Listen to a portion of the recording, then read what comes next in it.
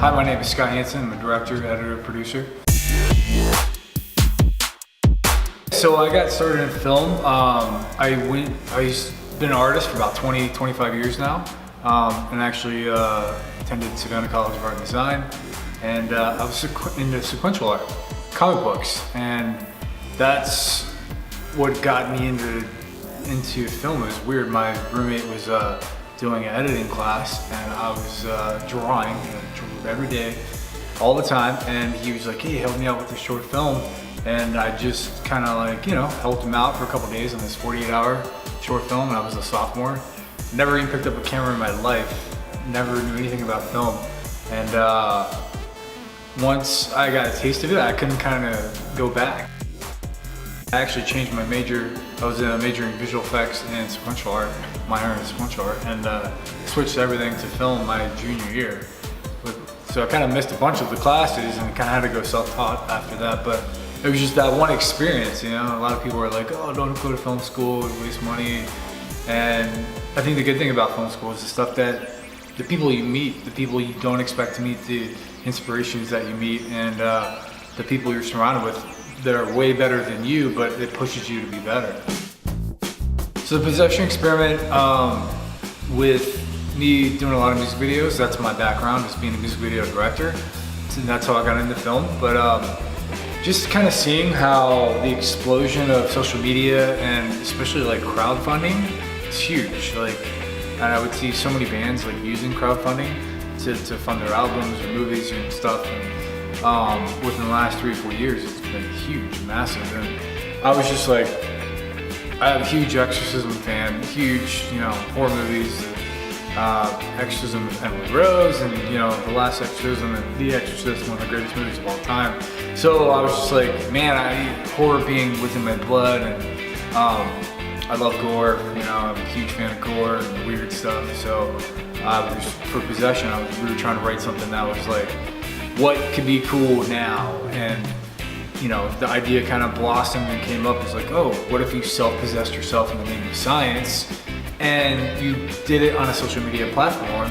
How interesting could that be for now? And I think that's what we try to do, and that's the allure of the movie, is using that realism approach. Not like Blair Witch, like finding a tape, or some crap like that, but using more like just, we're doing this in the name of science, and we want to possess ourselves. Brandon in the movie, the lead character, he wants to possess himself. And that's kind of where we went, and it turned out to be an interesting concept. So the film Possession Experiment, it took us 10 days to shoot the first portion. We shot it in 2 portions. And we shot everything we could afford on the first wave, and then we actually had to go back and raise money to shoot the next wave with Bill Moseley and a few pickup scenes. Mostly the levitation type things that were a lot more expensive, and we had to have a set for that. To do that part, it was about 24 days total, so it wasn't too bad. We filmed on a RED camera. Couldn't afford nice lenses due to the budget, but we had RED lenses, which were pretty decent lenses, We actually wrote the script in about 4 months, 4 or 5 months, somewhere around there, and had some revisions. Started in October 2013, and then we had the script ready about February range for 2014. And then we, it went through a few revisions. We got it off to a few people to read it, and got some notes back, and just tried to tighten it up from there.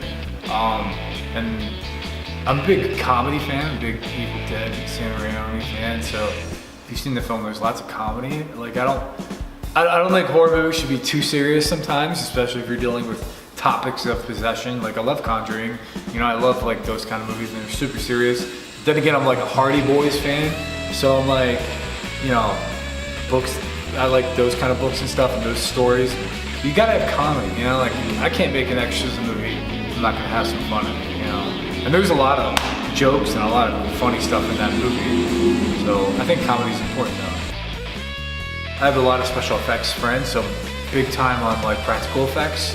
Huge fan of like The Thing and like Rob Bottin and John Carpenter and like all those guys, so massive on like practical effects. So there's been a lot of praise I've seen on the movie for the use of practical effects.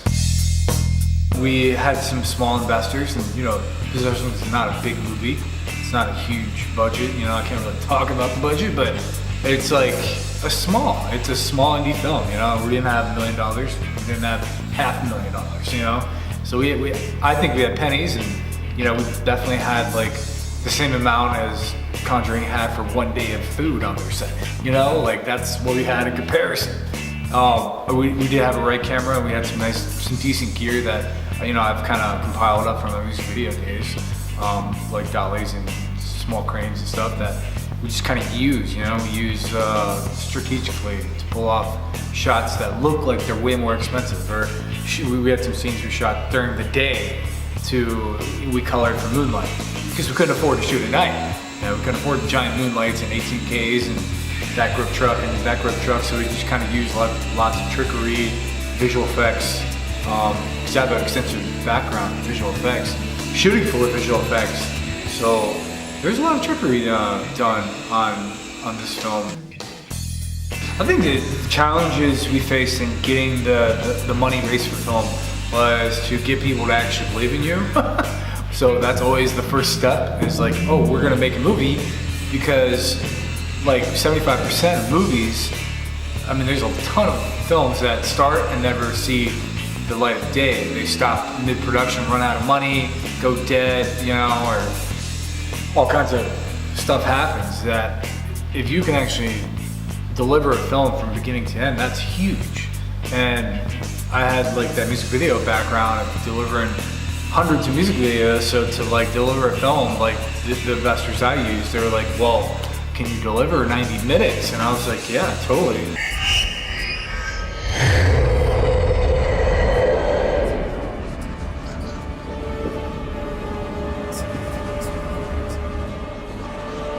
I have a lot of confidence in doing this, and we have the gear and the setups and the good people to work with, and but getting past that first hump, like, hey, we're gonna make a movie, and we're gonna deliver it. Are we gonna deliver in a year? We're gonna try. I mean, it was like a year and a half for us, and then you have to sell it, which was a whole nother ball game that I'd never been exposed to until like early last year, and that was just like a whole eye-opening experience, trying to sell a movie. Meeting with executives, meeting with people that watch the movie, showing rough cuts, you know, but just trying to raise the money was fun, you know, it was fun, and we did it. So like crossing the finish line a year and a half later is like huge, like arms up, like give me a beer kind of thing. It's awesome.